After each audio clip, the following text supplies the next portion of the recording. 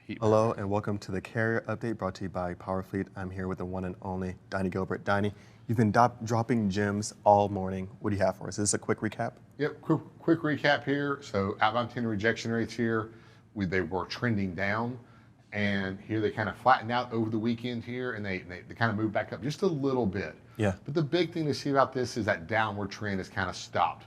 Now let's kind of keep an eye on this week and see moving forward, is this going to continue to maybe start back up, kind of hold steady, or is it going to, shelf, and kind of go right back down again? But hopefully we're going to see these start turning back up as we get through this mid-October period. I want to, kind of get past October 15th and see if things start to trend back up, which, October 15th is going to be this Friday. Right. So, but jumping over here, looking at the dry van and breaking it down by dry van rejection rates are still at 20.91%, so basically 21%, holding very strong, and volumes are at 11,218. So volumes very strong, meaning that the demand for dry van is still very strong. So this is a promising outlook for dry vans right now, and it would not take too much input into this market to turn these rejection rates back up and turn them around, and it's going to happen in the fourth quarter. But right now is that kind of that calm before the storm that we've been kind of waiting on through September. We've had the end of the month peaks, end of the quarter a little bit, but here the big show is on the way, and we're each day we're just getting really close to when is this market going to take back off. So you really want to keep a close eye on this, and any upward swing start to keep an eye on and see is at the start of the fourth quarter are carriers seeing this get tight and reacting a lot quicker to it. Jumping over to reefer.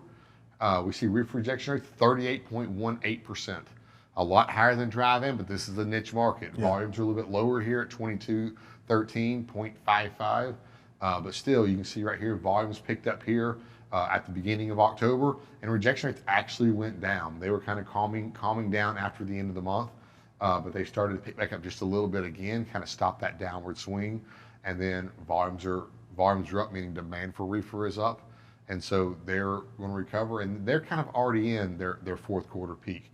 They started back here in mid-September, and it came up, but historically during about the middle of October to the end of October for reefer, it kind of angles downward trends a little bit during that time. Mm-hmm. And then of course, as soon as we hit 1st of November, it starts to jump back up as we head into the Thanksgiving holidays as well.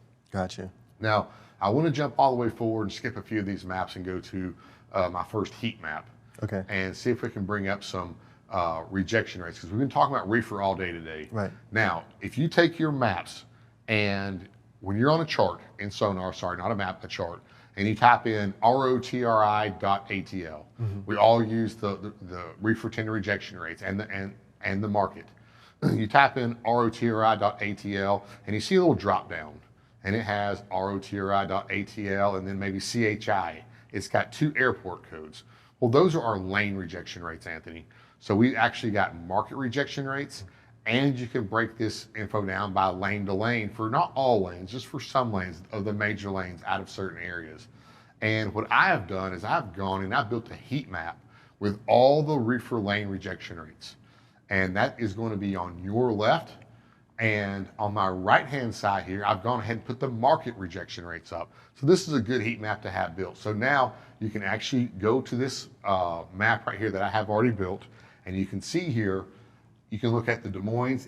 I've sorted this by the highest rejection rate. So Des Moines to Fayetteville, Arkansas, that's got the highest lane rejection rate in Sonar now at 81.27%.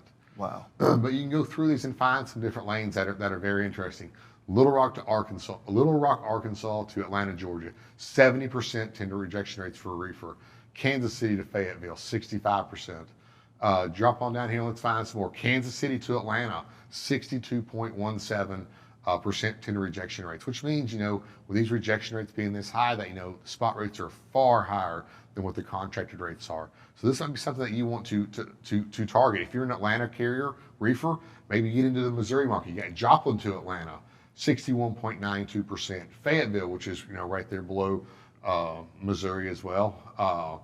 Here we're looking at 61%. So this is good information Indianapolis to Atlanta, 60.13%. We're getting a little phase here. We kind of see that inbound Atlanta is very tough. Yeah. People are not willing to run to the Atlanta market right now, so they're pushing rates up into the Atlanta market. We saw that on our map before. It was red. It was very elevated as well. So we're seeing a pattern here. So charge a lot higher money to go into the Atlanta market. That's what we're seeing.